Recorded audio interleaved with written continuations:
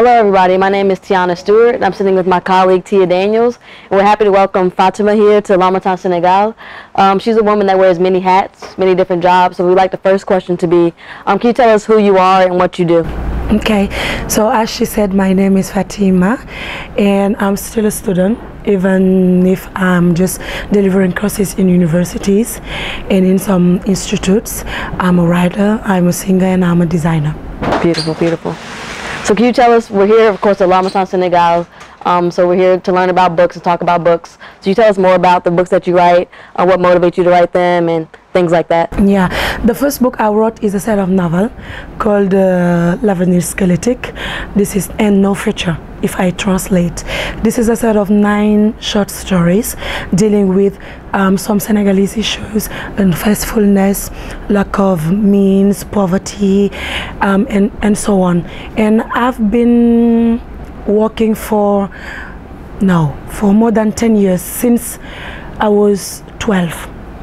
Yeah, and I just accepted to be published in last year, 2017, because I wanted just to gather enough experiences before having a book published to make my writing grown up, if I may use the term.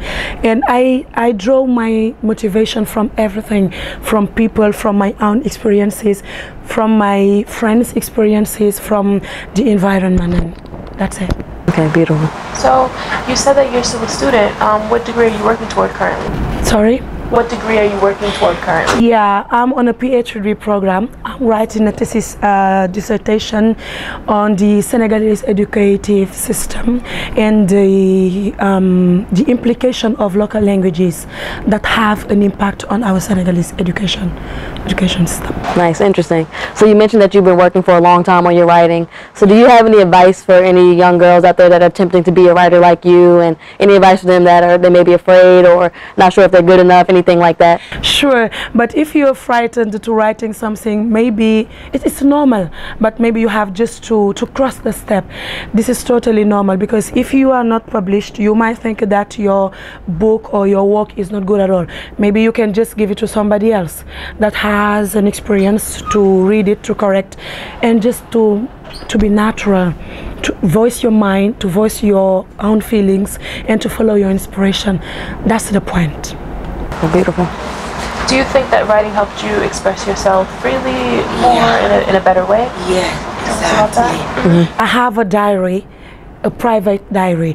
Whenever I feel bad or I really dislike something, even my plans, my blueprints, etc., I used to write it on my diary.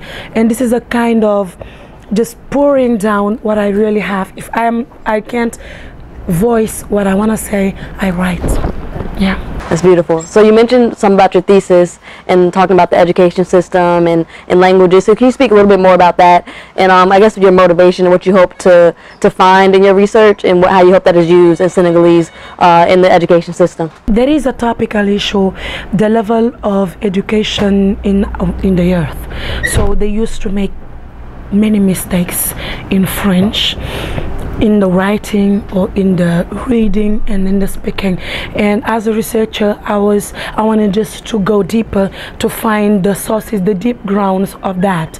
And among sources, we noticed that the French language might be the cause, or one of the major causes of that, because there are some what is called idiomatic expressions. You can't translate it in another language, and sometimes a student, or let me take the case of a pupil who is, for example, who just starts being in school. If you do not pay attention that this is a different environment, you might skip the lack of experience of that pupil, and some expressions can't be translated or understood by that student. And if you take your experiences as granted and an experience as a code, a standard code for everybody, it might be a mistake. Okay, and I'm truly for an educative system where local languages help the student to better understand some notions, some concepts. Yeah, because this is really what I think. Okay. You can go for the next one. So being that you're a singer, if you can remember, when's the first time that you fell in love with it? When did you fall in love with music? Whoa! I can't tell you. On my very young ages, and my mom was afraid I dropped school for music, because having a music career in Senegal is different from having that music career in Paris or in New York. In the United States, this is different, because with just one hit you can live with. But in Senegal, things are different. Most of the time, singers, when they are at the end of their career, they can't have material things, for example, houses, or I don't know if this is the environment, but most of the young people drop schools for music, and this, which I don't want, really. So I say I do not have to choose. I want to have an academic career and to have my music career. But I've always been in love with music, sincerely. I like singing. If I'm mad, I sing, and all my sadness goes away. Yeah, that's a nice point you made about not having to choose, because I know in America a lot of young girls are taught you pick either a family or a career, and it's difficult to have both. Yes, because they think that they have to choose. They can't go to school and having at the same time a music career, which is, this is totally an abomination here in Senegal, and this is a pity. People are not so open about having different hats. You understand what I say? In the United States, I have many friends.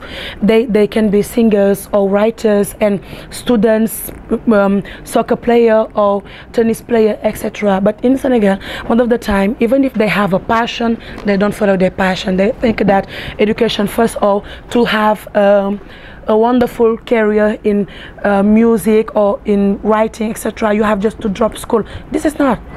And because we do not have some models to show them that you can have a wonderful music career and be successful at school. And this is what I want to do. I do not have to choose. This is my life. It might be difficult sometimes, but it's just a matter of organization.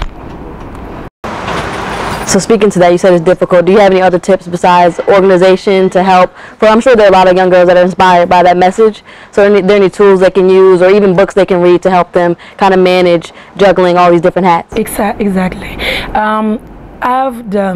I had the opportunity to be trained in personal graph in the United States and by Toastmaster here in Senegal. I don't know if you know Toastmaster. Maybe you can Google it. This is an organization set in 1921 in the United States, if I'm not mistaken. This is an organization about helping the members to improve, to better their communicative skills. And while being trained in personal graph, today I'm a coach in personal development or personal graph if you prefer. So it means that I'm used to teaching people how to save times and to better have an organization in their life. This is what I do. Everything is just planned based on priorities. When we used to hear I do not have time, everybody have time. Everybody has time. This is just a matter of priority. For example, today I'm just studying music in Dutasek. This is a national music institute.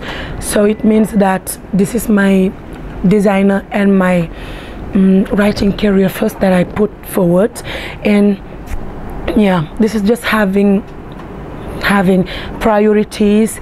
What is your blueprint? What can you do in the short term, in the medium term, and in the long term? Yeah, and of course there are some tips, some tools that can help you saving time. Nice. All right. Awesome. Well, thank you so much for being with us today, Fatima. We really appreciate it. And we want to give you the opportunity before we close to, if you have any projects you're working on. I know I read that you're an entrepreneur, so if you want to talk a little bit about that before we close, and where people can find your work, social media, anything like that. Yeah. I'm the lead of the National Association that works for the valorization of the youth leadership, and this is something I'm really proud of, because we teach to younger and to young people, especially young girls, many things, meaning always have confidence, being how to say, ambitious in their life and not, excuse me for the term, to degrade themselves for having a job.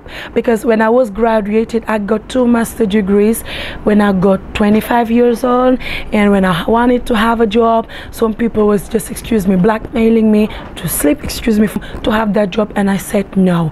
Because just taking a beauty on a physical attribute to be there, to base my value on those things are really an abomination for me. And I worked hard. I was a maid. I didn't tell to my parents. I accepted to have what some people might qualify as loud jobs, just to have the financial means I needed to set my business. And I think that in Senegal we might lack of that.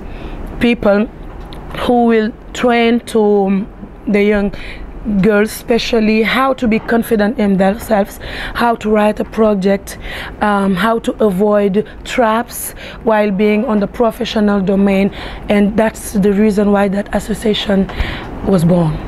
Beautiful. All right, thank you very much. We're going to wrap it up. Thank you for being here. Goodbye.